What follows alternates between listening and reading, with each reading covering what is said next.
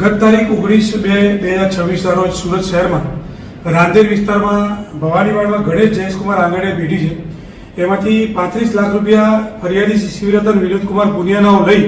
પોતાની ફોર્ચ્યુનર ગાડીમાં નીકળતા હતા. એ દરમિયાન બે બાઇકવાળા એક જ્યુપિટર અને યુનિકોર્ન મોટરસાઇકલ લઈ અને એમને આંતરી અને પાછળની ફોર્ચ્યુનર ગાડીનો પાછળનો કાચ તોડી રૂપિયા 35 લાખની બેગ લઈ અને ફરાર થઈ ગયેલ. જે ક્રાઇમ બ્રાન્ચને ઇન્ફોર્મેશન મળતા ક્રાઇમ બ્રાન્ચની ટીમો તમામ ટીમો અમે પણ સીપી સાહેબ અને જીસીપી સાહેબની સૂચનાથી ક્રાઇમ બ્રાન્ચની તમામ ટીમો લાગી ગયેલી કામમાં. આ દરમિયાન ક્રાઇમ બ્રાન્ચને એવી બાતમી મળેલી કે આ લોકો બારડોલી સાઈડ ભાગ્યા છે, તો બારડોલી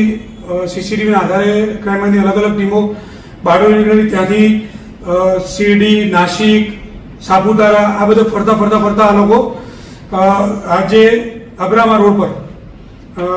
બંને જે જ્યુપિટર બાઇક છે એની બાતમી મળતા ક્રાઇમ બ્રાન્ચની ટીમ ત્યાં તાત્કાલિક પહોંચી ગઈ અને આરોપી રંગે હાથ પકડાઈ ગયેલા, જેમની પાસેથી અત્યારે 19,13,500 રૂપિયા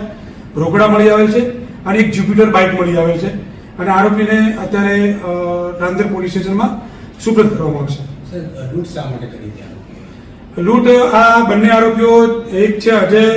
ભાગેકર અને એક નિલેશ ભોગેકર, બંને અમદાવાદના છારાનગરના રહેવાસી છે અને આ લોકોનું કામ જ ચોરી કરવાનું છે. આ રીતે આજની એમોથી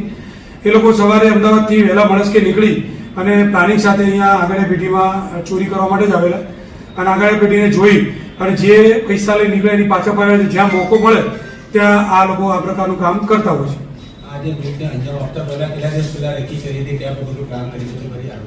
આ લોકો રેકી કરતા નથી, જ્યાં એમનું ટાર્ગેટ હોય જે સિટીમાં એ સિટીમાં સવારે વહેલા આંગણે પેઢીની આજુબાજુ ગોઠવાઈ જાય છે અને ગોઠવાયા પછી એમને એમ લાગે કે આ વધારે પૈસા લઈ નીકળે છે, એની પાછળ લાગી જાય. જ્યારે કોઈ પણની ભૂલ થાય એટલે એને ટાર્ગેટ બનાવી અને ચોરીને અંજામ આપતા હોય છે અને આ લોકો ઘણા રીઢા ગુનેગારો છે.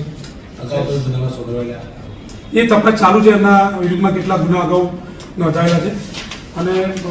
અલગ અલગ પ્રકારના ગુનાઓ એમના Ahmedabad, Sola, Kutch, Ahmedabad, Chandkheda police station, Naroda police સ્ટેશનમાં અલગ અલગ પ્રકારના 7 ગુનાઓ અને નિલેશ છે એના વિરુદ્ધમાં અલગ અલગ પ્રકારના પોલીસમાં 6 ગુનાઓ નોંધાયા.